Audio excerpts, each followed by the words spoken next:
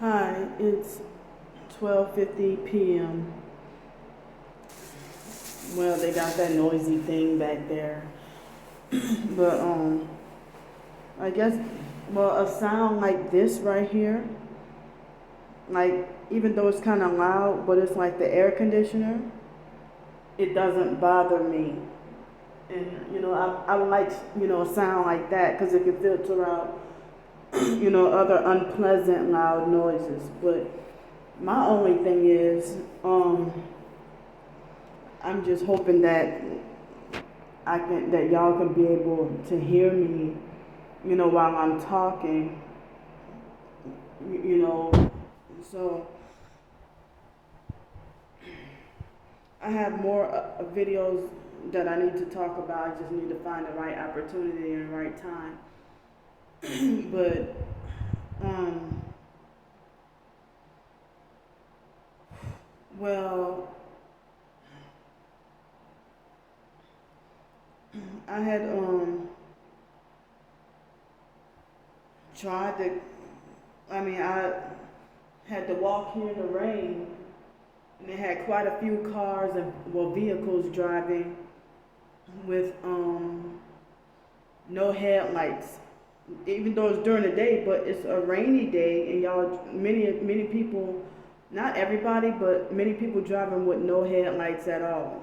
And it's like, well, I thought when it rains, you gotta do like when it's at nighttime to, drive with your headlights on. So I don't know if that was part of the gang stalking or if it's people who are possibly ignorant and or lazy or something like that. But I really believe it could have been part of the gang stalking because there was a lot of people driving with no headlights. And so the infamous everybody trying to splash me with their cars when I'm walking on the sidewalk and being just pure evil. And so I came over here. I got that phone number from the what was supposed to be for the local social security office. And when I tried to call it, they said that the number was no longer in service. And I'm like, how could that be? So then when I tried to call the main hotline, there's a main hotline for this local office. And when I try to call that, nobody ever answers the phone. So it's very, I would need, while I'm trying to contact that lady to try to get me some help with the possibility of getting that packet filled out. Because I think I remember her telling me, since she talked to me on the phone, then don't disregard and don't worry about the packet. So they were saying that, they sent me a letter saying I have to fill the packet out. That overwhelming, difficult packet. So, still nobody's physically in the office and it's very frustrating. And you can't call the national hotline because then, you used to be able to get business handled over the phone with the national hotline. But then now they refer you to the local office, and it's just frustrating trying to get somebody to contact, about that situation. So I tried what I could. This is doggone frustrating. It made me feel like I wish I was never disabled in the first place. But they want to try to, make it like as if I'm primarily mentally disabled, and that's why I'm getting these checks because of that false accusation of me being schizophrenic and crazy to try to discredit me speaking out against with the foster mom, the abuse and programming she was doing to me. And she did that so she can get that back pay check, and she must have thought that she was gonna have control over me for the rest of my life. And did all kinds of abuse. And I wasn't allowed to talk about anything good or happy without her making threats to knock all my teeth out, or if I try to be positive or good. And so now, dealing with people, you can't tell them about your problems or what you're going through, because they want to separate themselves from you and say that you're a very negative person. And that's from, people with a mindset that's just as narcissistic as her.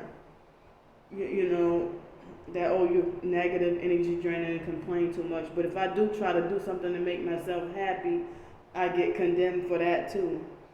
And then y'all say that I'm miserable and never happy and stuff like that. But then you do stuff on purpose to try to make me like as if, you do stuff to try to provoke me to act a certain way and stuff like that, and to be just vexed and psychologically and mentally tortured and abused throughout my life, all my life pretty much. And people playing psych games and then trying to say that you're crazy and dangerous, but they do stuff to provoke you to anger unnecessarily. Like, you don't have to do that. And then New Orleans is one of the worst places. Those ignorant Project Ghetto New Orleans people, they're one of the worst places to deal with that, with the voodoo on top of that, and the murder. People have murder on their mind and everything. Everybody being ignorant and low class, ignorant and uneducated and stuff like that. And they get their hands on the idea of bullying, harassing, and laughing at you.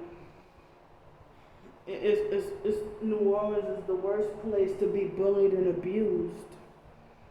And they call it, they try to say, oh, I'm going to drive Candy. And they plan it in advance and then do it. Carry it out and do it. Like, if they want to fight another, if you a high school thug who want to try to fight, an innocent person, then they plan it in advance and then carry it out. So, one thing the MK Farrer falsely accused me of going after elderly and other. I mean, I've never been the type of person to exploit anybody or try to pick on anybody or anything like that. And so that MK Farrer person, you know what you're doing, and you would hurt yourself in lie and say that you're targeted. And you're getting paid to make videos about me and harass me and stuff. So he trying to falsely accuse me of harassing innocent elderly people and quote unquote weaker people and stuff like that. I don't go around picking on people. But when the gang stalkers, they have their signals, their Masonic, satanic signals, and God sees everything, and you bastards will not get away with what you're doing to me and other targeted individuals. So, have fun on this earth while you can, perping people, because you won't have any fun in hell.